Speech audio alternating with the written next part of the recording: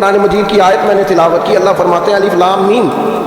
احاسب الناس ان یترکوا ان یقولوا آمنا۔ اللہ فرماتے ہیں کیا لوگوں نے یہ گمان کیا ہے کہ انہیں چھوڑ دیا جائے گا صرف یہ کہہ دینے پر کہ ہم ایمان لے آئے؟ انہوں نے کہا ہم ایمان لے آئے تو اب انہیں چھوڑ دیا جائے گا، بس ختم، اتنی بات پر چھوڑ دیا جائے گا، وہم لا یفتنون، اور انہیں آزمایا ہی نہیں جائے گا۔ فرمایا ایمان لانے کے بعد صرف ایمان پر ہی تمہیں چھوڑا نہیں جائے گا بلکہ تمہیں آزمایا جائے گا، تمہاری آزمائش ہوگی۔ کس طرح؟ وَلَنَبْلُوَنَّكُمْ بِشَيْءٍ مِّنَ الْخَوْفِ وَالْجُوعِ وَنَقْصٍ مِّنَ الْأَمْوَالِ وَالْأَنفُسِ وَالثَّمَرَاتِ، تمہیں کسی نہ کسی ایک چیز سے ضرور آزمائیں گے، یا خوف سے آزمائیں گے، بھوک سے آزمائیں گے، جانوں اور مالوں کی کمی سے، پھلوں کی کمی سے آزمائیں گے۔ اور یہ پھلوں کی کمی سے مراد، علماء تفسیر نے لکھا اس سے مراد اولاد کا انتقال کر جانا بھی ہے، وہ بھی پھل ہوتی ہے۔ تمہیں آزمائیں گے اور اگر تم پورے اترے تو وبشر الصابرین، رب فرماتا ہے محبوب پھر صبر کرنے والوں کو میری رحمت کی خوشخبری سنا دے، پھر انہیں خوشخبری دے دے میرے کرم کی۔ میرے عزیز زندگی میں آزمایا جائے گا۔ نبی اکرم نور مجسم شفیع معظم صلی اللہ علیہ وسلم کی بارگاہ میں حضرت خباب بن ارت رضی اللہ تعالیٰ عنہ حاضر ہوئے، حضور خانہ کعبہ کے ساتھ ٹیک لگائے بیٹھے تھے، تو حضرت خباب عرض کرنے لگے یا رسول اللہ اتنی تکلیفیں آ رہی ہیں، کافر اتنا ستا رہے ہیں، ہمیں پریشان کیا جا رہا ہے، ہم سخت آزمائش میں، حضور آپ اللہ کی بارگاہ میں دعا کیوں نہیں کرتے ہمارے لیے؟ نبی پاک علیہ السلام فرمانے لگے تم سے پہلے لوگوں کا حال پتہ کیا تھا؟ یہ صحیح حدیث بخاری میں موجود ہے۔ فرمایا تم سے پہلے لوگوں کا حال یہ تھا کہ انہیں گڑھے کے اندر رکھ کے ان کے جسم کو مٹی سے دبا کے پھر ان کے سروں پر آریاں رکھ کے چیر دیا جاتا تھا، لیکن پھر بھی وہ اپنے دین سے ہٹا نہیں کرتے۔ نبی پاک علیہ السلام فرمانے لگے تم سے پہلے لوگوں کا یہ عالم تھا کہ ان کے جسم لوہے کی کنگھیوں سے کریت دیے جاتے تھے، ان کا گوشت اتار دیا جاتا تھا، لیکن وہ اپنے دین سے ہٹنے کو تیار نہیں ہوتے تھے۔ یاری تیری سونے پر ازمائشاں تیریاں آگ، اے سونا پرکھیا جامدہ ہی پہلو نال اگاں دے لگ۔ اپنی زندگی میں تیار رہے، ذہنی طور پر آزمائش کے لیے تیار رہے، مزاج بنا۔ جب بندہ پہلے سے تیار ہوتا ہے نا، اس کا خیال ہوتا ہے کہ آزمائش آ گئی تو میں نے صبر کرنا ہے، پہلے سے اس کی تیاری ہوتی ہے، پھر وہ ذرا گھبراتا نہیں، پریشان نہیں۔ ہم تیار نہیں ہیں ذہنی طور پر، ہر بندے کو سکھ چاہیے، ہر بندے کو، بلکہ ہمارے ہاں تو لوگ کہتے ہیں مرید ہو رہا ہوں تاکہ میری طرف تکلیف کوئی نہ آئے، تو میں کہا کرتا ہوں پہلے پیر سے پوچھ لو اسے کبھی آئی ہے کہ نہیں، اگر اسے آئی ہے تو پھر اس کا مطلب ہے تمہیں بھی آ سکتی ہے۔ لوگ نماز اس لیے شروع کرتے کہتے ہیں میں 5 نمازیں بھی پڑھتا ہوں، میں صدقات بھی کرتا ہوں، کام میرا پھر نہیں چلتا، تو میں کہتا ہوں تمہیں پتہ ہی نہیں، نمازی کے لیے تو آزمائش ہے، جتنا جتنا ایمان کامل اتنی اتنی آزمائش بھی زیادہ۔ اور یہ میں اپنے پاس سے نہیں کہہ رہا، حضرت ابو سعید خدری رضی اللہ تعالیٰ عنہ فرماتے ہیں میں نبی پاک علیہ الصلوۃ والسلام کی خدمت میں حاضر ہوا اور حضور کے دستے مبارک کو چومنے کے لیے میں نے اپنے ہاتھ جب آگے کیے تو تپش تھی، تیز بخار تھا نبی پاک۔ تو حضرت ابو سعید خدری رضی اللہ تعالیٰ عنہ ارشاد فرماتے ہیں کہ میں نے، یہ سنن ابن ماجہ میں موجود ہے، فرماتے میں نے عرض کیا یا رسول اللہ صلی اللہ علیہ وسلم اتنا تیز بخار؟ حضور فرمانے لگے ہم پر جو آزمائشیں آتی ہیں نا انبیاء پر، وہ عام لوگوں سے دگنا آتی ہیں، یہ تو لاڈلے ہیں، یہ تو محبوب ہیں اللہ کے۔ فرمایا عام لوگوں سے دگنی آزمائش آتی ہے، لیکن فرمایا ہمارا رب بڑا کریم ہے، ہمیں اجر بھی ڈبل ہی عطا کرتا ہے، ہمیں اجر بھی ڈبل ہی عطا کرتا ہے۔ تو حضرت ابو سعید خدری کہتے ہیں موقع اچھا تھا، میں نے ایک سوال بھی کر دیا، میں نے کہا یا رسول اللہ صلی اللہ علیہ وسلم بتائیے نا بھلا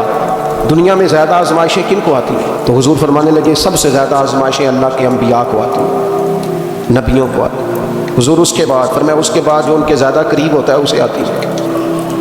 لوگ کیا سمجھیں گے امام حسن کی آزمائش کو؟ لوگ کیسے سمجھیں گے سیدنا امام حسین کی آزمائش کو؟ فرمایا جو ان کے زیادہ قریب ہوتا ہے اسے زیادہ آزمائش آتی ہے۔ تو حضور کے سب سے قریب تو امام حسن ہے نا، امام حسین ہے نا، تو کیا سمجھتا ہے قربت بس نسبت کے اظہار کا نام ہے اور بڑے لطف کے ساتھ زندگی گزارنے کا نام ہے؟ تو نبی پاک علیہ الصلوۃ والسلام نے فرمایا بات بڑی مزے کی ہے، فرمایا پھر اللہ کے بعض بندے تو ایسے ہوتے ہیں جنہیں اللہ فقر میں مبتلا کر دیتا ہے، فرمایا ان کے پاس صرف ایک چادر رہ جاتی ہے، اتنا فقر ان کے پاس آتا ہے، لیکن جو حدیث کے آخری لفظ ہے نا وہ وجد والے ہیں، وہ وجد والے ہیں، وہ سرور والے ہیں۔ ہمارا یہ مزاج ہوتا ہے کہ میٹھا میٹھا کھا جاؤ اور ذرا کڑوا آ جائے تو سویرے بھی رو شام بھی رو، حال ہی کوئی نہیں، غریبی بڑی، پریشانی بڑی، حضرت صاحب گھر سے بیماری جاتی نہیں۔ اور جناب کیا بتائیں، بعض لوگ تو ایسے ہیں جن کی بات سن کے لگتا ہے زندگی میں کبھی سوئی ہی نہیں، اتنے بڑے بڑے دکھ سناتے ہیں۔ وہ خدا کی رحمت کا بھی تو ذکر کرنا، خدا نے جو تیرے اوپر انعامات کیے ان کا بھی تو ذکر کرنا، ان کا تذکرہ ہی نہیں کر رہا میرا بھائی۔ نبی پاک علیہ السلام نے فرمایا ان لوگوں پر دکھ آتے ہیں پر قربان ہونے کو جی چاہتا ہے ان لفظوں پر۔ حضور فرمانے لگے وہ رب کی طرف سے آنے والے دکھ پر بھی اس طرح راضی ہوتے ہیں جس طرح تم میں سے کوئی راحت ملنے پر راضی ہوتا ہے، سکون والی چیز ملنے پر جس طرح تم راضی ہوتے ہو اس طرح وہ دکھوں پر بھی راضی ہوتے ہیں۔ دکھ قبول محمد بخشا، دکھ قبول محمد بخشا، پر ایک شرط لگائی چھوٹی سی میاں صاحب نے، انہوں نے کہا 100 دفعہ قبول ہے، دکھ 100 دفعہ قبول، دکھ قبول محمد بخشا پر راضی رہن پیارے۔ یہ شرط یہ ہے کہ تو راضی رہ، تو راضی رہ، دکھ قبول محمد بخشا، راضی رہن پیارے۔ اور حضرت سلطان صاحب کہنے لگے ایسا کیتی ہے جان حوالے رب دے، ایسا عشق کمایا ہے اسی مرن تو پہلو ہی مر گیا، باہو تا مطلب نو پایا، ہم نے تو پہلے سے ہی نتیجہ نکال لیا۔ تو سکون ڈھونڈنے نکلا ہے، تو چاہتا ہے زندگی میں آرام مل جائے۔ کائنات میں سب سے زیادہ پیار اللہ کا اپنے محبوب کے ساتھ، لیکن دیکھ لو نا پیدائش سے پہلے ہی حضور کے والد چلے گئے، 4 سال یا 6 سال کی عمر میں والدہ گئی، 8 سال کی عمر تھی محبوب کے دادا کا جنازہ اٹھا تو محبوب پیچھے پیچھے جنازے کے جا رہے ہیں۔ پھر وقت آیا جب تبلیغ دین کا، تو دنیا کا کون سا دکھ اور کون سی تکلیف اور کون سی اذیت ہے جو حضور کو نہیں دی گئی، لیکن کریم ہر وقت کہتے ہیں افلا اکون عبدا شکورا، میں رب کا شکر گزار بندہ نہ بنوں۔ ہر مقام پر کبھی بدر کبھی احد، اور ہر طرح کی تکلیف، ہر طرح کی تکلیف، کبھی بیٹیوں کا دکھ، کبھی سیدہ عائشہ صدیقہ کے بارے میں منافقوں کی نازیبہ گفتگو، سارے دکھ محبوب کی حیات پاک میں رہے، کریم نے ان دکھوں کو برداشت کیا۔ پھر آپ دیکھ لیں دور حضرت صدیق اکبر کا آیا تو حضرت ابوبکر صدیق اس امت میں نبیوں کے بعد سب سے بڑا درجہ رکھتے ہیں، لیکن کوئی زندگی اس طرح کی تو نہیں کہ بڑے 2.25 سال بڑے آرام سے حکومت کی ہو۔ منکرین زکوٰۃ سے لڑنا پڑا حضرت ابوبکر صدیق کو، آزمائش تھی، لوگ منکر ہو گئے زکوٰۃ، حضرت صدیق اکبر لڑے، ختم نبوت کے تحفظ کے لیے لشکر تیار کیا، بہت سارے مسائل کا سامنا کرنا پڑا، صبح دن راتیں جناب ابوبکر نے مشقت کر کے خلافت اسلامیہ کو مضبوط کیا۔ دور حضرت عمر کا آیا، ساری دنیا مدینہ منورہ میں اندر سے دروازے بند کر کے سخت گرمی میں سوتی ہے، اور جناب عثمان غنی کہتے ہیں کہ میں نے فاروق اعظم کو 60 سال کی عمر میں دیکھا کہ مال غنیمت کے 2 اونٹ دوڑ گئے تو عمر بھاگے جا رہے ہیں، ان اونٹوں کو لے کے آ رہے ہیں، اور میں کہتا ہوں جناب آپ آرام کرتے، ساری دنیا سو رہی ہے۔ فرمایا سویا کرتا تھا کبھی خلیفہ بننے سے پہلے۔ عمر کسی غلام کو کہہ دیتے، چونکہ پیار تھا نا، جنانا تھا نا۔ حضرت عثمان بڑی محبت سے کہتے ہیں امیر المومنین کسی غلام سے کہتے اگر مال غنیمت کے اونٹ چلے گئے تھے تو لے آتا، تو حضرت عثمان کے کندھے پہ ہاتھ رکھ کے جناب عمر رو پڑے، کہنے لگے یار یہ حضور کے دین کی امانت بڑی ذمہ داری، لے او سجدہ اسا توڑ نبھائی، اسا جان بھی دیتی تیرا تیرے، یہ بڑی ڈیوٹی ہے، یہ بڑی ذمہ داری ہے، میں کیسے غلام کو بھیج دیتا، مسلمانوں کا مال ہے، جب ڈیوٹی میری ہے تو کیسے کسی کو بھیجتا۔ یہ آزمائش ہے، یہ دکھ ہے۔ 22-24 لاکھ مربع میل کے حکمران حضرت عثمان غنی، ان کا دور آ گیا، یعنی وہ شخص جس نے چڑھتی جوانی میں بھی نظریں جھکا کے رکھی، اور جس شخص نے اپنا سارا مال دین پر قربان کر دیا، اس کے گھر کا گھیرا تنگ کر لیا گیا۔ بہت بڑی ذمہ داری حضرت عثمان پر آئی، پڑی۔ اور جناب عثمان غنی کا حال یہ ہے کہ 40 دن گزر گئے، جس شخص کے اپنے ذاتی مصارف لاکھوں کروڑوں میں لوگوں پر خرچ ہوتے ہیں، 40 دن سے اس نے کھانا نہیں کھایا، اسے ڈھب اور سلیقے سے روٹی پانی نہیں ملا، گھر میں قید ہے۔ لوگوں نے کہا عثمان ہمیں اجازت دے دیں ہم لڑیں، کہنے لگے کیسے دے دوں، حضور کا مدینہ اور میری وجہ سے خون بہہ جائے، بس میرے اوپر آئی ہے تو میں نبھاؤں گا، یہ ذمہ داری ہے۔ کہا پھر عثمان خلافت، فرمایا یار یہ بھی میری مجبوری ہے، میرے نبی پاک نے فرمایا تھا عثمان اللہ تمہیں قمیض پہنائے گا، لوگ اتارنا چاہیں گے، دیکھنا اتارنا نہ، وہ قمیض نہ اتارنا کیسے چھوڑ دوں۔ حضرت عثمان بھی شہید ہو گئے، جناب عمر بھی شہید ہو گئے، حضرت علی المرتضیٰ شیر خدا وہ کیا 9-10 سال کی عمر سے حضور کے ساتھ چلے، ہر غزوے میں، ہر میدان میں، ہر جہاد میں، ہر جگہ آگے آگے۔ ان لوگوں نے دین سے نفع نہیں لیے۔ حضرت علی المرتضیٰ شیر خدا تو کوفے کی جامع مسجد کے پاس کھڑے ہو کے کہتے تھے میری کوئی بندہ زیرہ خرید لے۔ امیر المومنین کہہ رہے ہیں میری طامت زیادہ پھٹ گئی ہے، اب تو پیوند لگنے کی جگہ بھی کوئی نہیں بچی، یہ زیادہ پھٹ گئی ہے، اگر مزید پیوند لگ سکتے ہوتے تو میں زیرہ نہ بیچتا، یہ میری زیرہ کوئی خرید لے، کوئی خرید لے زیرہ۔ حضرت مولا علی شیر خدا 63 سال کی عمر مبارک، اور جب کوفے میں آپ کو خنجر لگا، زخم لگا، تو لوگ بیٹے کو بلاتے ہیں، آواز دیتے ہیں، لیکن جناب شیر خدا مولا علی مرتضیٰ مشکل کشا العطا حضرت علی المرتضیٰ شیر خدا زیر لب ہلکا سا مسکرائے، ادھر دیکھیے گا، اور مسکرا کے پتہ کیا فرمانے لگے، کہنے لگے فزت برب الکعبہ، لو بھائی کعبے کے رب کی قسم علی کامیاب ہو گیا ہے، کامیابی مل گئی۔ آج بات امام حسن کی آئی، امام حسن کو زہر دیا گیا، انتڑیاں میں کٹ کٹ کے باہر گر رہی، اس شہزادے کی جس نے حضور کی گود میں عمر گزاری، محبوب کے کندھوں پر رہنے والے حسن ابن علی، جناب امام حسین حاضر بارگاہ ہوئے تو ہاتھ پکڑ کے بھائی کا چوم کے رو پڑے۔ بھائی پیارے بھی تو بڑے ہوتے ہیں نا، بڑے پیارے ہوتے ہیں، اور ان لوگوں کا منصب بڑا انوکھا ہے، شدید تکلیف ہے۔ تو امام حسین کہتے ہیں میرے بھائی حسن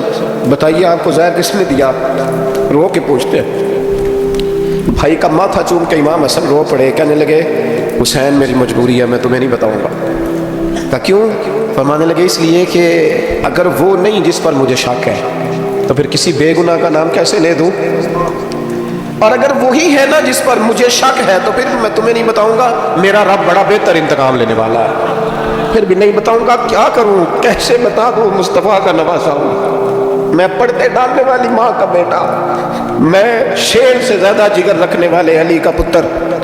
میں کیسے بات کر دوں، بس زخم پہ زخم کھا کے جی، خونے جگر کے گھونٹ پی، اور سجنا آہ نہ کر لبوں کو سی، یہ عشق ہے کوئی دل لگی نہیں۔ میرے نبی پاک صلی اللہ تعالیٰ علیہ وآلہ وسلم نے ارشاد فرمایا اللہ تعالیٰ دین میں جو لوگ سخت ہوتے ہیں نا ان پر مشکلیں بھی سخت ڈالتا ہے۔ یہ حدیث پاک آپ کو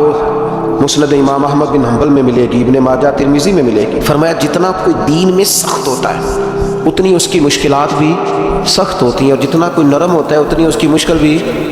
تھوڑی ہوتی ہے۔ حسین ابن علی بڑے سخت تھے نا دین میں، جاندار تھے نا دین کے معاملے میں، اللہ نے مشکل ڈالی۔ امام علی مقام کی باری آئی، بڑی منت کی حضرت عبداللہ ابن عمر نے، رو کے کہا حسین نہ جاؤ۔ تو امام حسین رضی اللہ تعالیٰ عنہ نے فرمایا نہیں اب میری ڈیوٹی لگی ہے تو جانا تو میں نے ہے نا، ذمہ داری تو پوری کرنی ہے۔ امام علی مقام رضی اللہ تعالیٰ عنہ نے اس ساری مشقت کو دیکھا، گھر چھوڑنا بڑا مشکل کام ہے، گھر چھوڑنا، جہاں انسان رہا ہوتا ہے نا والدین کے ساتھ، جہاں وقت گزارا ہوتا ہے، کبھی بندہ بوڑھا بھی ہو جائے تو خوابیں اپنے پرانے مکان کی آتی ہے، خواب بھی کبھی آئے نا تو وہیں گھومتا انسان اپنے آپ کو پاتا ہے۔ لیکن امام حسین نے کہا کہ بس اب وقت آیا ہے تو اب یہ چھوڑنا ہے، ہم نہ قربانی دیے بغیر پاس ہونا چاہتے ہیں، ہم کوئی مشقت سہے بغیر نمبر لینا چاہتے ہیں، ہم کوئی کام کیے بغیر رتبہ پانا چاہتے ہیں، ایسا ہوتا نہیں نا، یہ ممکن نہیں۔ آپ تاریخ پڑھیں نا انبیاء کی، حضرت نوح علیہ السلام نے 950 سال محنت کی ہے، اور میں سورہ ہود دیکھتا ہوں تو میں وہ انداز دیکھتا ہوں جس طرح کفر ان سے بات کرتا تھا، بڑی جدوجہد کی حضرت نوح نے، لیکن پتہ ہے دکھ اس سے بڑا کیا دیکھا، اپنا بیٹا ہی کافر ہو گیا۔ مالک امتحان ڈالتا ہے تو بڑے بڑے، اور حضرت نوح نے اپنے بیٹے کو ڈوبتے دیکھا، کہا مالک میرا بیٹا، فرمایا نہیں یہ تیرا ہے ہی نہیں، تیرے طریقے پر نہیں تو تیرا کیسے ہوگا، کسی کی نسل کے لانے کے لیے تو اس کے عقیدے پر ہونا ضروری ہے، تیرا نہیں۔ حضرت نوح نے مشقت دیکھی، واتخذ اللہ ابراہیم خلیلا، ابراہیم اللہ کے پیارے ہیں نا، لیکن زندگی پوری پڑھ کے دیکھ لو، ساری کی ساری مشقت مصائب سے بھری ہوئی، آزمائشوں سے لدی ہوئی، کبھی انہیں قوم آگ میں ڈالتی ہے، اور کبھی 86 سال عمر ہو گئی تو اولاد کوئی نہیں، اور دعا مانگ کے رب بیٹا وہ دیتا ہے جس کی پیشانی میں نور محمدی چمکتا ہے۔ اچھا پہلے دیا نہیں، اب دیا فلما بلغا ماہو سعیا، اور جب وہ ذرا ساتھ چلنے کے قابل ہو گیا، ہر بندہ کہتا نہیں مینوں خیر ہے میرا پتر جوان ہو گیا، جب وہ بیٹا ساتھ چلنے کے قابل ہوا تو فرمایا ذبح کرو، کرو نا ذبح۔ تھوڑی دیر کے لیے دل پہ ہاتھ رکھ کے بتاؤ، اور بچے کو بخار چڑھ جائے تو نیند نہیں آتی، مائیں منتیں مانگتی پھرتی ہیں، روتے پھرتے ہیں باپ، بچے کی طبیعت ٹھیک نہیں، فقط بیمار ہے، اور جسے یہ کہا جائے ذبح کر۔ جناب ابراہیم تیار ہو گئے اور بیٹے کو ذبح کر دیا، چھری چلا دی۔ وہ تو مالک نے کہا کہ ابراہیم تم پر سلام ہو، تم نے اپنا خواب سچ کر دکھایا۔ ساری زندگی دیکھیں نا آپ آزمائشوں سے بھری، ادھر آ جائے نا جناب ایوب ہیں، کتنے بیمار ہو گئے، کتنے بیمار ہو گئے، 12 سال گزر گئے طبیعت خراب کو، 8 دن کے بخار میں لوگوں کے شکوے، 12 سال بیت گئے، وہ قبول محمد بخشا، بس عرض اتنی ہے کہ راضی رہن پیارے۔ آپ دیکھیں نا جناب یعقوب پیارے ہیں نا اللہ کے، لیکن آدھی زندگی روتے گزر گئی بیٹے کی یاد۔ جناب یوسف پیارے ہیں نا، سونا بنا کے نا، اور باپ کا لاڈلا بنا کے نا، محبت پوری کرا کے،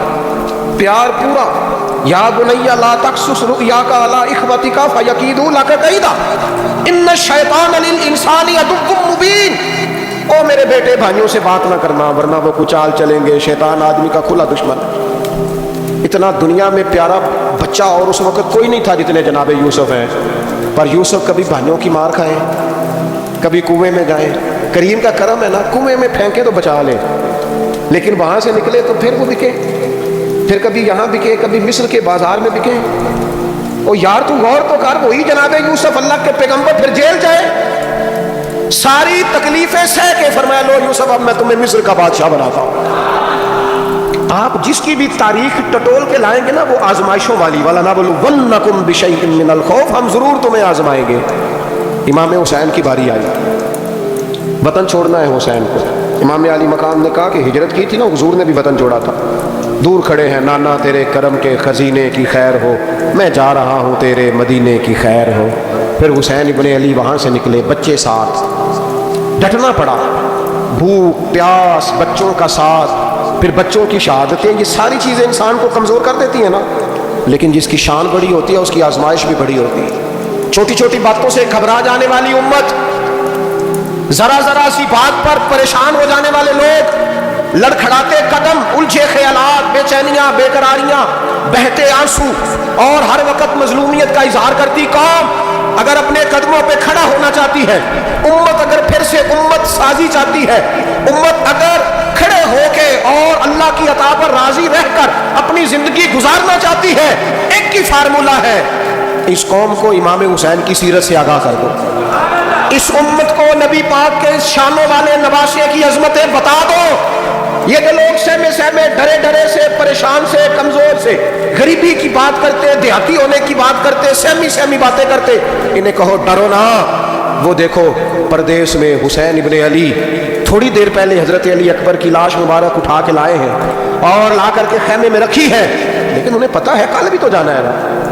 انہیں پتا ہے نا کتنے کو سال جینا ہے، بالآخر جانا تو ہے نا۔ جس دھج سے کوئی مقتل میں گیا وہ شان سلامت رہتی ہے، اس جان کی کوئی بات نہیں، یہ جان تو آنی جانی ہے، موت بستر پہ بھی آ جایا کرتی ہے، لیکن جو میدانوں میں ڈٹ کے رہتے ہیں ان کو تاریخ ذرا زندہ رکھا کرتی ہے۔ کمزور زندگی نہ گزارو، ڈری ہوئی زندگی نہ گزارو، اور یہ کبھی نہ کہو ہائے حسین۔ ہم ہائے حسین والے نہیں، ہم واہ حسین والے ہیں۔ ہمارے بزرگوں نے ہمیں یہ سبق دیا ہے، ہم نے کہنا واہ حسین، کیا کمال کر دی امام علی مقام نے، واہ حسین آپ کی عظمت پہ قربان۔ اتنے سارے دکھوں کے باوجود جب شانوں والے نانا کا شانوں والا پوتا، عظمتوں والی ماں کا عظمتوں والا بیٹا، جرت مند باپ کا بیٹا میدان میں نکلنے لگا ہے تو ڈرا ڈرا سہما سہما رو کے دلاسے دے کے آنسو پوچھ کے نہیں، بلکہ امام حسین نے ڈٹ کے کھڑے ہو کے وہ امامہ سر پہ باندھا جو محمد عربی نے عطا فرمایا تھا، وہ جوبہ پہنا جو نانا نے دیا تھا، وہ تلوار پکڑی جو شیر خدا مولا علی پکڑتے تھے، اور حسین میتوں کے باوجود میدان میں آئے، فرمایا سامنے کھڑے ہو جاؤ تمہیں خطبہ دینا ہے، اس لیے کہ محمد عربی کا طریقہ ہے جمعے والے دن خطبہ دیا جاتا ہے۔ پورے وثوق سے اتمام حجت کیا، اور حسین ابن علی ایسے تو نہیں تھے کہ ڈرے بڑا تھے تو ان سے تلوار نہیں چلی، انہوں نے تلوار چلائی، جو ایک ایک دو دو کر کے آتے رہے وہ کٹتے رہے، وہ کٹتے رہے، پھر آواز ایک گونجی پیچھے سے،